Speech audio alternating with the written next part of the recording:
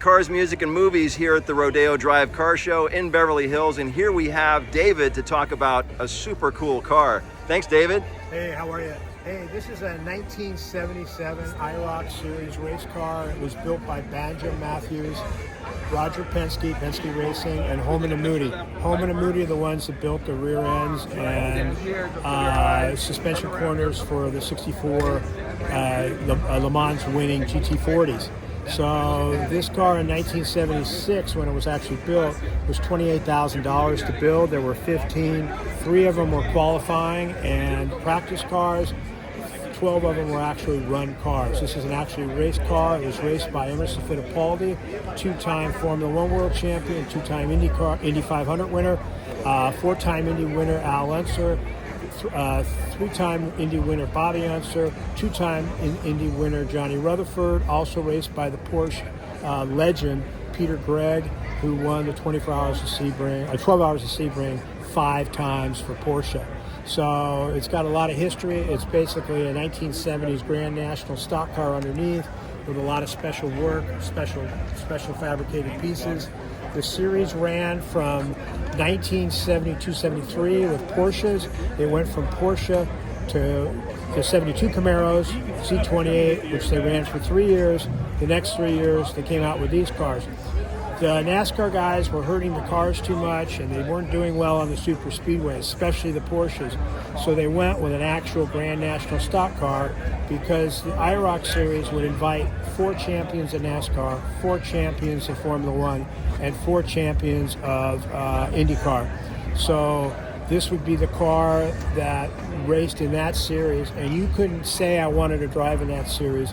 You had to be invited, and you only came if you were a current champion or a past champion in your series. Best of the best, the greatest of the greatest. A lot of people say it was a made-for-TV series. It was made for TV.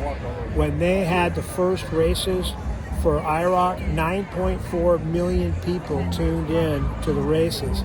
They had the only demographic for a race event in the world that had more was the Indy 500. 9.4 million households when TV was a little different back then. You didn't have so many channels, and you had ABC Wild World of Sports, and this 9.4 million people tuned in the first year. So this was a very popular event, great drivers. It was a series where every car was a different color. Every car was supposed to be exactly the same, supposedly no cheating. It pitted drivers, not cars, not engines, not pocketbooks. So it was all about who was the best driver. And so it was basically a World Series of car racing. It went from 1973-74 season all the way up to the 2000s with Pontiacs. So this car is one of 15, one of 12 that raced, and it's a very special car. And David, we talked a little bit about a music choice due to this car's sometimes rough and tumble encounters. Hey, how about something from Motley Crue? That works. I raced against the singer of Motley Crue. He's a fast driver, actually. Vince Neil? Yeah, Vince Neil. Yeah. Very good driver. When Emerson Fittipaldi picked the pink color, his wife was laughing, and Al Unser called it Pepto Pink, like Pepto-Bismol. So it's Penske, Holman and Moody, and Banjo Matthews. And in 1976, it cost $28,000 per car to build the cars.